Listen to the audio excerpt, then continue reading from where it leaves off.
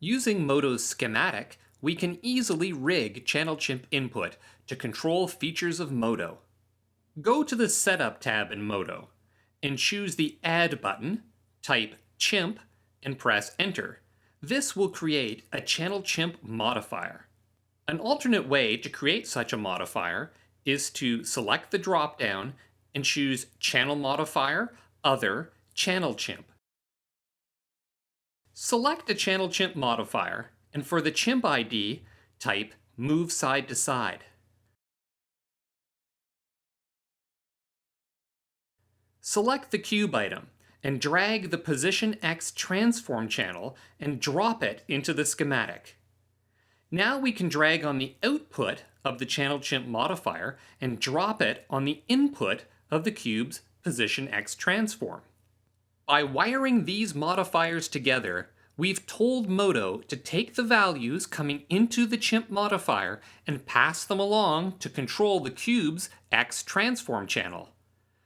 When we manipulate the gamepad, right now the chimp modifier isn't doing anything, because there are no values being sent by the Channel Chimp application yet. In Channel Chimp, let's use Auto Add and move the left joystick. In the sidebar, we'll set the minimum value to -2 and the maximum to 2. For the chimp ID, we'll use Move Side to Side. Now when we move the joystick, the values are transmitted with the chimp ID Move Side to Side.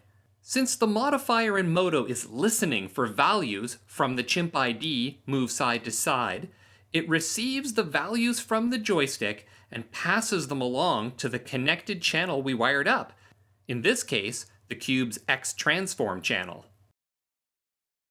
If we select the Channels tab, we can see the values being received by the Channel Chimp modifier.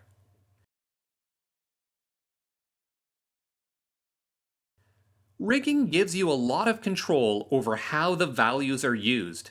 For example, let's enable visibility for the camera, and then, with it selected, shift-click on all the transform channels and drag them into the schematic.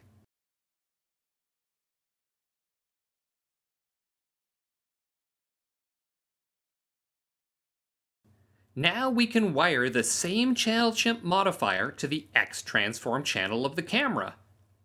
As we move the joystick, it now moves both the cube and the camera. Select Add, type Multiply, and press Enter.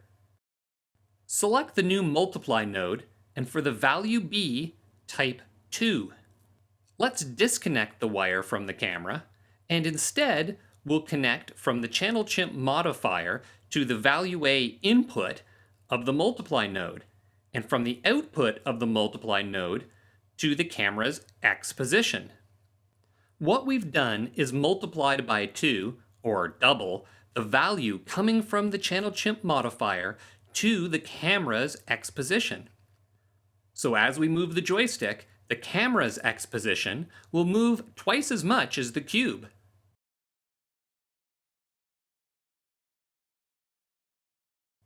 Now let's wire up again from the Channel Chimp modifier to the Y position of the camera.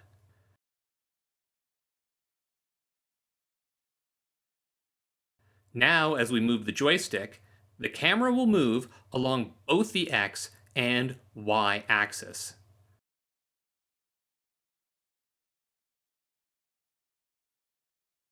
Or, to make this easier to see, let's disconnect from the camera's X transform.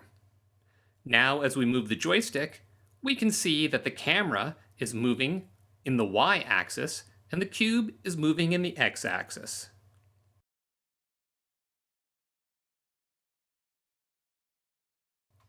We've opened a fresh copy of the basic.lxo tutorial scene, and as you can see, the workspace is now empty.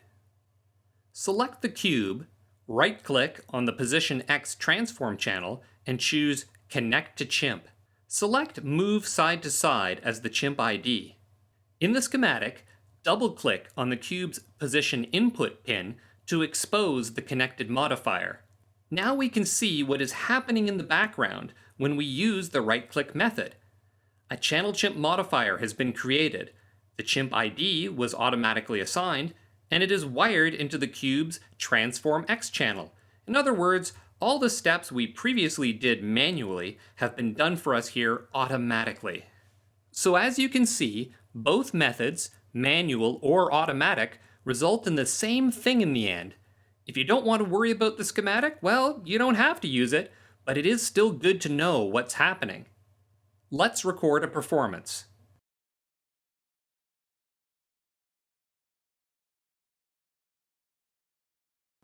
With the performance recorded, let's trim the selected range in the buffer. Now we can send the keys to Modo and stop all the chimp listeners. With the graph editor open in Modo, you'll notice that no animation keys are being displayed. If you recall the tutorial about recording, you'll remember that we had to right-click and choose Select Input Items to see the keys, and now we know why. Because keys are stored on the Channel Chimp modifier and not the cube's channels. So in this case, when we select the Channel Chimp modifier, we can actually see the keys that have been recorded and sent. In this video, we've barely scratched the surface of all the things you can do with Modo's schematic, but it really isn't something you should be afraid to explore. Using Modo's schematic can be a lot of fun and unlocks a new world of possibilities.